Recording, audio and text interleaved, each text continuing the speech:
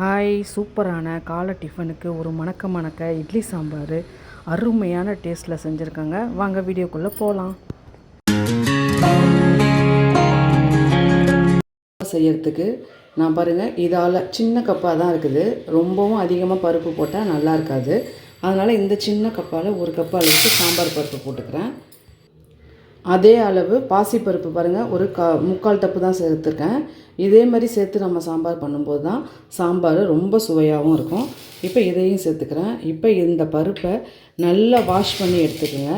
அப்போ தான் இதில் நிறைய இந்த ஸ்டார்ச்னு சொல்லுவாங்க, அதெல்லாம் இருக்கும். அதெல்லாம் நல்லா கழுவி எடுத்து நம்ம சேர்த்துக்கும் போது சாம்பார் நல்லா சூப்பராக இருக்கும். இப்போ இதை நல்லா கழுவி எடுத்துகிட்டு வரேன். இப்போ நான் பருப்பு நல்லா கழுவி எடுத்துட்டேன். இப்போ இந்த பருப்பை இது கூட சேர்த்துக்கோங்க. இந்த மாதிரி சேர்த்து எல்லா காய்கறிகளும் சேர்த்து செய்யும்போது இட்லிக்கு செம்மையாக இருக்கும். நல்ல ஒரு காம்பினேஷனு. இப்போ இந்த பருப்பு கூட நம்ம என்னென்ன சேர்க்க போகிறோன்னா, நீங்கள் பாருங்கள், நல்ல ஒரு பூண்டு கட்டி ஃபுல்லாக எடுத்து உரித்து வச்சுருக்கேன். 2 பழுத்து தக்காளி கட் பண்ணி வச்சுருக்கேன். அப்புறம் கூடவே கொஞ்சமாக ஒரு 4-5 காஞ்ச மிளகாவும், காஞ்ச மிளகானா இதுமாரி பழுத்துருச்சு. பச்சை மிளகா, இந்த பச்சை மிளகா ஒரு 5-6 எடுத்துருக்கேன் சாம்பாருக்கு. அப்போ தான் நல்லா வாசமாகவும் மணமாகவும் இருக்கும். இப்போ இதையும் இது கூட சேர்த்துக்கோங்க. இப்போ இது கூடவே பாருங்கள், ஒரு 20 அளவுக்கு சின்ன வெங்காயம் எடுத்து உரித்து வச்சுருக்கேன். இதையும் சேர்த்துங்க. இதை கட் பண்ணி போடக்கூடாது. சாம்பாரில் அப்படியே முழுசாக இருக்கும்போது தான் சாம்பாரோட இட்லி கூட சேர்த்து சாப்பிடும்போது ரொம்ப சுவையாக இருக்கும். இதையும் இப்போ இது கூட சேர்த்துக்கோங்க. இப்போ இதுக்கு நான் என்ன பண்ணியிருக்கேன்னா, கத்திரிக்காய் சேர்த்துருக்கேன். கத்திரிக்காய் இந்த மாதிரி கட் பண்ணி எடுத்துக்கோங்க. அப்போ தான் சாம்பார் நல்லா குழஞ்சி சூப்பராக இருக்கும். அதுக்குன்னு ரொம்பவும் குழையக்கூடாது. கத்திரிக்காய் மட்டும் குழஞ்சா நல்லாயிருக்கும். அப்போ தான் ஒரு தடிப்பு தன்மை கொடுக்கும். இப்போ இதுக்கு கத்திரிக்காய் சேர்த்துக்குங்க. நான் ஒரு கத்திரிக்காய் எடுத்து முழுசாக சேர்த்துருக்கேன். கூடவே நல்ல ஒரு வாசத்துக்காக ஒரு 4 முருங்கைக்காய் பீஸ் சேர்த்துருக்கேன். இப்போ கூடவே ஒரு கேரட்டு, ஒரு உருளைக்கிழங்கு சேர்த்துருக்கேன். சூப்பராக இருக்கும் இந்த மாதிரி சேர்த்து நம்ம சாம்பார் வைக்கும்போது. இப்போ இதுக்கு நல்ல சுவையாக இருக்கிறதுக்கு இது பாருங்கள், கொஞ்சமாக ஒரு ஸ்பூன் அளவு வெறும் சில்லி பவுட்ரு, ஒரு 1.25 ஸ்பூனை சாம்பார் பொடி சேர்த்துருக்கேன். இதுதான் சூப்பராக ஒரு டேஸ்ட்டு கொடுக்கும். நீங்கள் இட்லி சாம்பாருக்கு எப்பயுமே இந்த 2 மசாலாவும் சேர்த்து செய்யும்போது சாம்பார் ரொம்ப வாசமாகவும் மணமாகவும் இருக்கும். இப்போ இதையும் இது கூட சேர்த்துக்குங்க. இப்போ கூடவே ஒரு 1/4 ஸ்பூன் அளவுக்கு பெருங்காய பொடி சேர்த்துக்குங்க. மஞ்சத்தூள் கொஞ்சமாக சேர்த்துக்குங்க. இப்போ இதுக்கு தேவையான அளவு கல் உப்பு சேர்த்துக்குங்க. இப்போ இது மூழ்கிற அளவுக்கு நல்லா தண்ணி விட்டுக்குங்க. உங்களுக்கு சாம்பார் எவ்வளோ தேவையோ அவ்வளோ விட்டுக்குங்க. நான் ஆனால் காய் மூழ்கிற அளவுக்கு விட்டுருக்கேன். ஏன்னா பருப்பு வேகணும், இந்த காயெலாம் வேகணும். இந்த பருப்பும் இந்த காயும் நல்லா சேர்ந்து இந்த வரும்போது நம்மளோட சாம்பார் ரொம்ப சுவையாக இருக்கும். இப்போ இதை விசில் போட்டு ஒரு 3 விசில் விட்டு எடுங்க. அப்புறம் நம்ம ஒரு தாளிப்பு கொடுத்துக்கலாம்.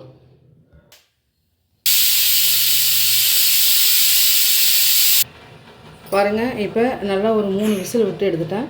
இப்போ பாருங்கள் காயெல்லாம் நல்லா வெந்து சூப்பராக இருக்குது. நல்லா ஜுரம் அடித்து 2 நாள் கழித்து 3ஆவது நாள் நல்லா சாப்பிட்றவங்களாக இருக்கும்போது நம்ம இந்த மாதிரி ஒரு சாம்பார் வச்சு கொடுக்கும்போது செம்மையாக சாப்பிடுவாங்க. அவங்க நாக்குக்கும் ரொம்ப நல்லாயிருக்கும். கண்டிப்பாக இந்த மாதிரி ஒரு தடவை ட்ரை பண்ணி பாருங்கள்.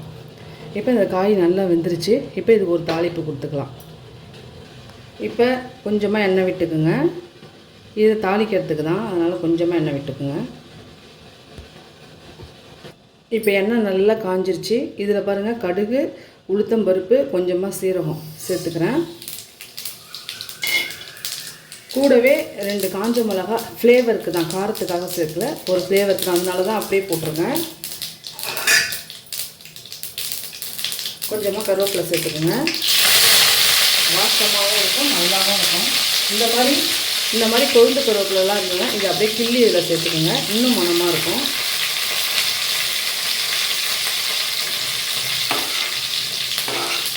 இப்போ இது நல்லா இதாகிடுச்சு. இப்போ நான் பாருங்கள், இந்த பருப்பு வேக வச்சோம் பார்த்தீங்களா, அதை இது கூட சேர்த்துக்குங்க.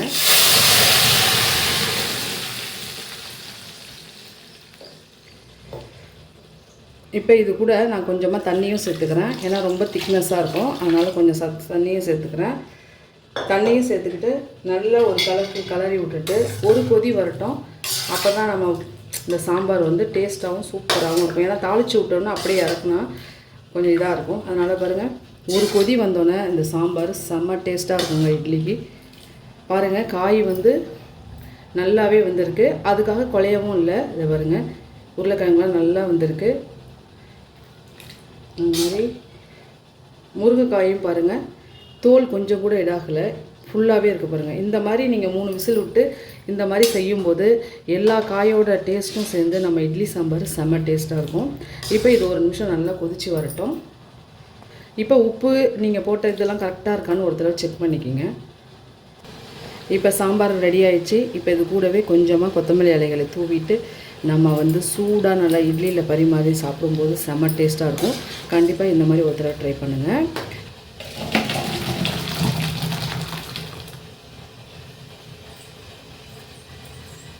நம்மளோட மணக்க இட்லி சாம்பார் ரெடி ஆயிடுச்சு.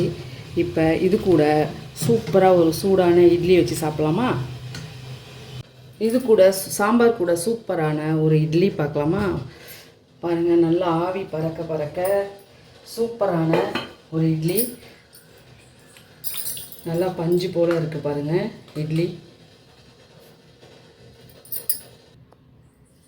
இப்போ அப்படியே இட்லி தட்டை இதெல்லாம் போட்டுட்டு துணி போட்டு இட்லி ஊற்றும் போதுங்க அதோட டேஸ்ட்டே வேறு லெவல் தான் இருக்கும். மேலே லைட்டாக கொஞ்சமாக அப்படி எண்ணெய் தண்ணி தெளிச்சிக்கிட்டு அப்படியே நீங்கள் துணியிலேருந்து எடுக்கும்போது இட்லி அப்படியே சூப்பராக வருங்க. கொஞ்சம் கூட ஒரு இது இல்லாமல் வரும்.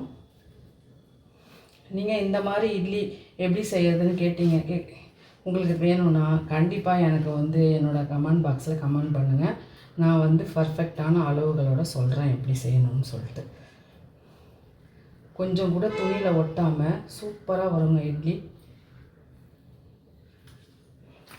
பார்த்தீங்களா இட்லி எப்படி இருக்குது பாருங்கள். சூடு தாங்க முடியல. இது பாருங்கள், அவ்வளோ சூப்பராக இருக்கும். நல்லா மெதுன்னு. இது எப்படி வேணும்னு உங்களுக்கு தேவைப்பட்டால் எனக்கு கமெண்டில் சொல்லுங்கள். நான் இந்த ரெசிபியோட அளவு சொல்கிறேன். இந்த மாதிரி சூப்பரான இட்லி கண்டிப்பாக ஒரு தடவை இட்லி சாம்பார் இந்த மாதிரி ஒரு தடவை செஞ்சு சாப்பிட்டு பாருங்கள். டேஸ்ட்டு வேறு லெவலில் இருக்கும். கண்டிப்பாக இந்த வீடியோ உங்களுக்கு நான் ரொம்ப பிடிக்கும்னு நான் நினைக்கிறேன். இந்த வீடியோ பிடிச்சிருந்தா ஒரு லைக் கொடுங்க. உங்கள் ஃப்ரெண்ட்ஸ் சர்க்கிளில் வந்து என்னோடய வீடியோவை ஷேர் பண்ணுங்கள். இந்த சண்டேக்கு இந்த மாதிரி ஒரு ரெசிபி செஞ்சு வீட்டில் அசத்துங்க. உங்களையும் சூப்பராக பாராட்டுவாங்க. இந்த ரெசிபி பிடிச்சிருந்தா ஒரு லைக் கொடுங்க. கண்டிப்பாக என்னோடய சேனலை சப்ஸ்கிரைப் பண்ணி வச்சுக்கிங்க. அப்போ தான் நான் போடுற வீடியோ உங்களுக்கு உடனே நோட்டிஃபிகேஷன் காட்டும்.